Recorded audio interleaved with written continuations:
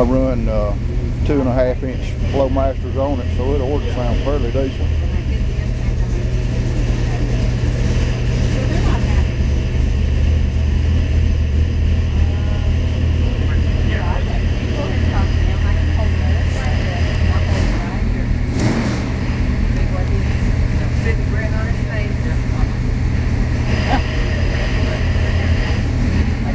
Backing up this morning, ain't it?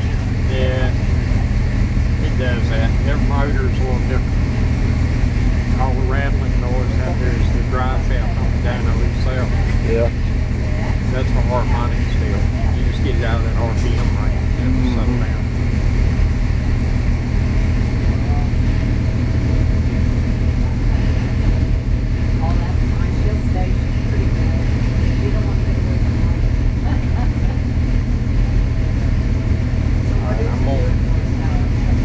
Start to pull, I'll be pushing the motor down to 3,000 RPMs or less. It's got to go under that.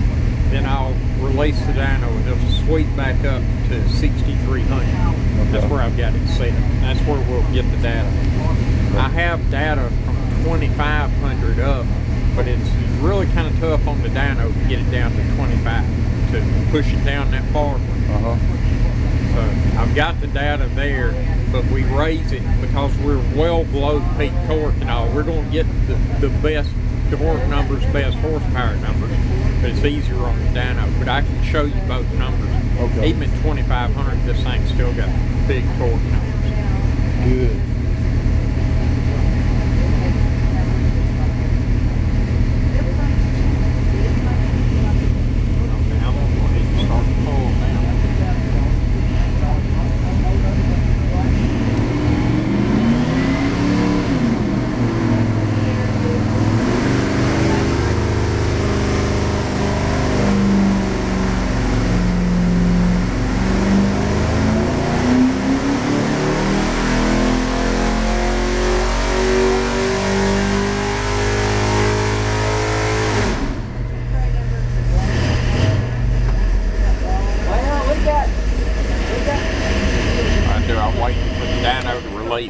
When the idle comes up, the computer's actually shutting down the water load there.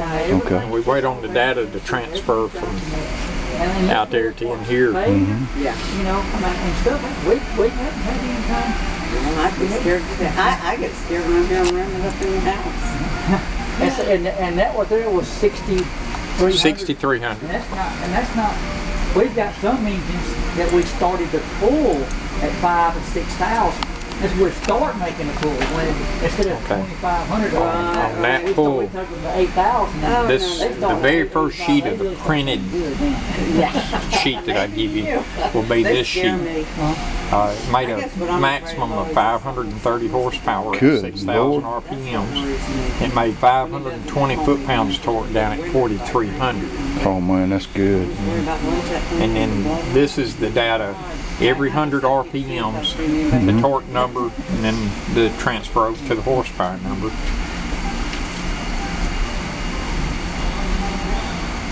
And then it's about 6,100 or so, it starts rolling over, it's hit its peak, and then it starts going down below peak.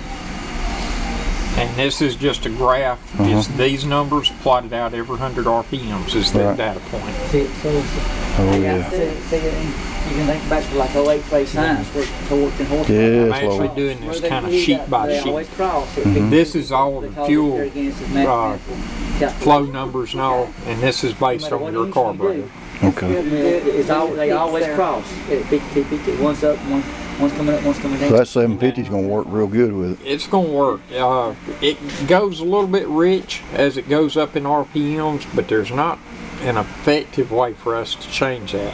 That's not a jetting problem. That's a air bleed. That's a $1,000 carburetor. It's typical. It's typical to see carburetors get richer. They put more fuel per air going through them as they go up more RPMs because the air gets more disturbed going through that. I see it made and my buddy Rick. Oh my goodness. Well, now the pull before them, we still had more heat in it, was better than that. Oh yeah.